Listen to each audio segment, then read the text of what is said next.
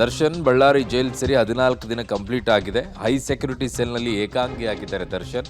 ಯಾರನ್ನು ಮೀಟ್ ಆಗೋಕ್ಕೆ ಅವಕಾಶ ಇಲ್ಲ ಅಲ್ಲಿ, ಅಂದರೆ ಬೇರೆ ಉಳಿದಂಥ ಕೈದಿಗಳನ್ನು. ಸೊ ಕುಟುಂಬಸ್ಥರ ನೆನಪು ಕೂಡ ಕಾಡ್ತಾ ಇದೆ. ಮಾತನಾಡೋ ಆಸೆ ಇದೆ. ಅದು ವಾರದಲ್ಲಿ 2 ದಿನ ಮಾತ್ರ ಅವಕಾಶ ಮಾಡಿಕೊಡ್ತಾರೆ. ದರ್ಶನ್ಗೆ ನೀಡಿದ್ದ ಟಿವಿಯಲ್ಲಿ ತಾಂತ್ರಿಕ ದೋಷ ಆಗ್ಬಿಟ್ಟಿದೆ ಅಂತೆ. ಪದೇ ಪದೇ ಸ್ವಿಚ್ ಆಫ್ ಆಗತ್ತಂತೆ ಟಿವಿ. ಅದು ಬೇಡ ಅಂತ ದರ್ಶನ್ ಹೇಳಿದ್ದಾರೆ. ಸೊ ಜೈಲಾಧಿಕಾರಿ ಮತ್ತು ದರ್ಶನ್ ನಡುವೆ ಒಂದಿಷ್ಟು ಮಾತುಕತೆ ಆಗಿದೆ. ಏನು ಮಾತುಕತೆ ಆಗಿದೆ ಅಂತ ನೋಡೋಣ. ಸೊ ಬಳ್ಳಾರಿ ಜೈಲಿನ ಹೈ ಸೆಕ್ಯೂರಿಟಿ ಸೆಲ್ನಲ್ಲಿ ದರ್ಶನ್ ಇರೋದೀಗ. ರಿಪೇರಿ ಟಿವಿ ಬೇಡ ಅಂತ ಅವರದ್ದು. ಸೊ ಬಳ್ಳಾರಿ ಜೈಲಿನ ದರ್ಶನ್ಲಿದ್ದಾರೆ. ಟಿವಿ ಹಾಗೂ ಹಾಸಿಗೆಗೆ ಬೇಡಿಕೆಯನ್ನು ಎರಡನೇ ಆರೋಪಿಯಾದಂಥ ದರ್ಶನ್ ಇಟ್ಟಿದ್ರು.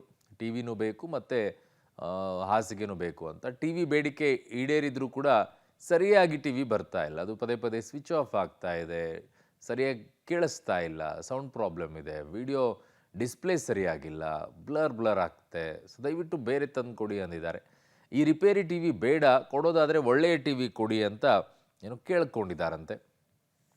ಇರೋದೇ ಇದು ನಮ್ಮ ಹತ್ರ, ಚೆನ್ನಾಗಿರುವ ಟಿ ವಿ ಕೊಡುವಂತೆ ಜೈಲ್ ಸಿಬ್ಬಂದಿಗೆ ಮನವಿಯನ್ನು ಮಾಡಿಕೊಂಡಿದ್ದಾರೆ.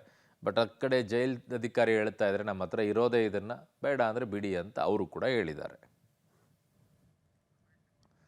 ನನ್ನ ಸಹೋದ್ಯೋಗಿ ಈಗ ಬಳ್ಳಾರಿಯಿಂದ ಅಮರೇಶ್ ನನ್ನ ಸಂಪರ್ಕಕ್ಕೆ ಸಿಗ್ತಾ ಇದ್ದಾರೆ. ಅಮರೇಶ್, ಟಿ ವಿ ಕೇಳುವಂಥದ್ದು, ಅದನ್ನು ಕೊಡುವಂಥದ್ದು ಎಲ್ಲ ಓಕೆ, ಬಟ್ ಟಿ ವಿ ಸರಿ ಇಲ್ಲ, ಅದನ್ನು ಸರಿಯಾಗಿ ಕೊಡಿ ಅಂತಂದರೆ ಏನು ಮಾಡಬೇಕು ಪಾಪ ಜೈಲಾಧಿಕಾರಿಗಳು? ಸರ್ಕಾರ ಕೊಡುವಂಥ ಏನು ಫೆಸಿಲಿಟಿ ಇದೆ ಅದರಲ್ಲೇ ಕೊಡ್ತಾರೆ. ಏನು ವ್ಯವಸ್ಥೆ ಆಗಲಿಕ್ಕಿಲ್ಲ ಅಂತ ಅನಿಸುತ್ತೆ ಅಲ್ವಾ? ಖಂಡಿತ ಅರುಣ್, ಜೈಲಿನಲ್ಲಿ ಏಕಕಾಲಕ್ಕೆ ಅಗತ್ಯವಿರುವಷ್ಟು ಟಿವಿಗಳನ್ನ ಖರೀದಿ ಮಾಡಿಟ್ಟಿರ್ತಾರೆ. ಅದೇ ರೀತಿ ಹೈಯರ್ ಕಂಪನಿಯ 32 ಇಂಚಿನ ಟಿವಿಗಳನ್ನೇ ಇದೀಗ ಬಳ್ಳಾರಿ ಸೆಂಟ್ರಲ್ ಜೈಲಿನಲ್ಲಿ ಅಂದ್ರೆ ಕೈದಿಗಳಿರ್ತಕ್ಕಂಥ ಸೆಲ್ಗಳಲ್ಲಿ ಫಿಟ್ ಮಾಡಲಾಗಿದೆ. ಆದ್ರೆ ದರ್ಶನ್ ಅವ್ರನ್ನ ಇರಿಸಿರುವಂತ ಹೈ ಸೆಕ್ಯೂರಿಟಿ ಸೆಲ್ನ 15ನೇ ಕೋಣೆಯಲ್ಲಿ ಈ ಹಿಂದೆಯೂ ಕೂಡ ಈಗ ಸದ್ಯಕ್ಕೆ ಫಿಟ್ ಮಾಡಿರುವಂತ ಟಿವಿನೇ ಇತ್ತು. ಅದು ಒಂದಿಷ್ಟು ಸಮಸ್ಯೆ ಆಗಿದ್ರಿಂದ, ಅಂದ್ರೆ ಕೆಟ್ಟು ಹೋಗಿದ್ರಿಂದ ಅದನ್ನ ತೆಗೆದಿಡ್ಲಾಗಿತ್ತು. ಮತ್ತೆ ಇದೀಗ ದರ್ಶನ್ ಅವರ ಮನವಿ ಮೇರೆಗೆ ಮತ್ತೆ ಇದೀಗ ಅದನ್ನ ರಿಪೇರಿ ಮಾಡಿಸಿ ವಾಪಸ್ ಮತ್ತೆ ಅದೇ 15ನೇ ಸೆಲ್ನಲ್ಲಿ ತಂದಿಡ್ಲಾಗಿದೆ. ಆದ್ರೆ ಸದ್ಯಕ್ಕೆ ಈಗ ಮತ್ತೆ ಅದು ಒಂದಿಷ್ಟು ತಾಂತ್ರಿಕ ಸಮಸ್ಯೆ ಇದೆ, ಸರಿಯಾಗಿ ಬರ್ತಾ ಇಲ್ಲ, ಡಿಸ್ಪ್ಲೇ ಬರ್ತಾ ಇಲ್ಲ, ಸೌಂಡ್ ಬರ್ತಾ ಇಲ್ಲ, ನನಗೆ ಬೇರೆ ಟಿವಿ ಕೊಡಿ ಅನ್ನುವಂತ ರೀತಿಯಲ್ಲಿ ದರ್ಶನ್ ಅವರು ಮನವಿ ಮಾಡಿದ್ರೆ ಖಂಡಿತವಾಗಿಯೂ ಸಹಿತ ಹೊಸ ಟಿವಿಯನ್ನ ತಂದು ಕೊಡ್ಲಿಕ್ಕಂತೂ ಸಾಧ್ಯ ಇಲ್ಲ. ಮತ್ತೆ ಇದೀಗ ಜೈಲಾಧಿಕಾರಿಗಳಿಲ್ಲ, ಹಾಗೇನಾದ್ರೂ ಸಮಸ್ಯೆ ಇದ್ರೆ ಮತ್ತೆ ಅದನ್ನ ಇನ್ನೊಂದ್ಸರಿ ಬೇಕಾದ್ರೆ ರಿಪೇರಿ ಮಾಡಿಸ್ತದೆ ಅನ್ನುವಂತ ಮಾತನ್ನ ಹೇಳಿದ್ದಾರೆ. ಆದ್ರೆ ದರ್ಶನ್ ಅವರ ಮನವಿಯ ಭಾಗವಾಗಿ ಹೊಸ ಟಿವಿಯನ್ನ ಖರೀದಿ ಮಾಡಿ ಕೊಡ್ಲಿಕ್ಕಂತೂ ಸಾಧ್ಯನೇ ಇಲ್ಲ. ಯಾಕಂದ್ರೆ ಆ ರೀತಿ ವ್ಯವಸ್ಥೆಗಳು ಸಹಿತ ಜೈಲಲ್ಲಿ ಇರೋದಿಲ್ಲ.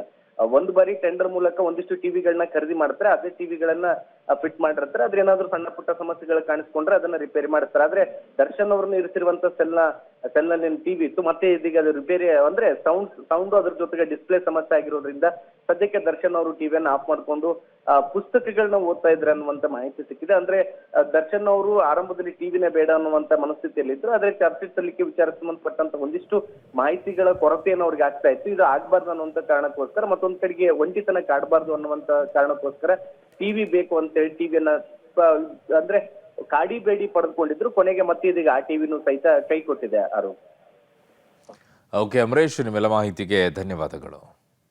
ಸೊ ನೀವು ಕೊಟ್ಟಿರೋ ಟಿವಿ ಸರಿ ಇಲ್ಲ ಅಂತ ಹೇಳಿ ಯಾರು ದರ್ಶನ್ ಹೇಳ್ತಾರೆ ಜೈಲಾಧಿಕಾರಿಗಳಿಗೆ. ಅದಕ್ಕೆ ಜೈಲಾಧಿಕಾರಿಗಳೇ ನಮ್ಮಲ್ಲಿ ಇದೇ ಇರೋದು ಅಂತ ಹೇಳಿ ಪಾಪ ಏನು ಮಾಡಬೇಕು ಅವರು ಜೈಲಾಧಿಕಾರಿ? ಏನೋ ಅವ್ರ ಕೈಯಿಂದ ತಂದು ಕೊಡೋಕ್ಕಾಗತ್ತಾ? ಅಲ್ಲೇನು ಫೆಸಿಲಿಟಿ ಇದೆ ಅದನ್ನು ವ್ಯವಸ್ಥೆ ಮಾಡಿಕೊಡ್ತಾರೆ. ಅದಕ್ಕೆ ದರ್ಶನ್ ಇದು ಸರಿ ಮಾಡಿಸ್ಕೊಡಿ ಅಂತ ಕೇಳ್ಕೊಳ್ತಾರೆ. ಅವ್ರದ್ದು ಏನು ತಪ್ಪಲ್ಲ, ಅವರು ಕರೆಕ್ಟಾಗಿ ಕೇಳಿದ್ದಾರೆ.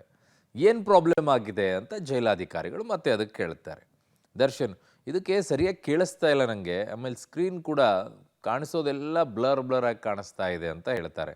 ಅದಕ್ಕೆ ಜೈಲಾಧಿಕಾರಿಗಳಿಗೆ ಏನು ಮಾಡೋದು ಸರ್, ಇದೇ ರೀತಿ ಇರೋದು ಅಂತ ಅವರು ಹೇಳ್ತಾರೆ ಅಸಹಾಯಕರಾಗಿ. ದರ್ಶನ್ ಅವರು ಬೇರೆ ಟಿ ವಿ ಇದ್ದರೆ ಕೊಡಿ ಅಂತ ಹೇಳ್ತಾರೆ. ನಮ್ಮಲ್ಲಿ ಇಲ್ಲ ಸರ್, ಇದೊಂದೇ ಇರೋದಿಲ್ಲಿ ಅಂದರೆ ಒಂದೊಂದು ಸೆಲ್ಲಿಗೆ ಒಂದೊಂದು ಟಿ ವಿ ತಂದಿಟ್ಟಿರ್ತಾರೆ. ದರ್ಶನ್ ನನಗೆ ಬೇಡ, ತೊಗೊಂಡು ಹೋಗಿ ಅಂತಾರೆ. ಜೈಲಾಧಿಕಾರಿಗಳೇನು ಹೇಳ್ತಾರೆ, ಆಯಿತು ಬಿಡಿ ಅಂತಾರೆ. ಇನ್ನೇನು ಹೇಳೋಕ್ಕಾಗತ್ತೆ? ಇಲ್ಲ ಸರ್ ನೀವು ಇದನ್ನೇ ನೋಡ್ಕೊಳ್ಳಿ ಹಂಗೆ ಹೇಳ್ಬಿಟ್ಟು ಬೇಡ್ಕೊಂಡು ಹೇಳೋಕ್ಕಾಗತ್ತಾ? ಇರೋದಾದರೆ ನೋಡಿ, ಬಿಡೋದಾದರೆ ಬಿಡಿ ಅಂತಾರೆ ಅಷ್ಟೇ.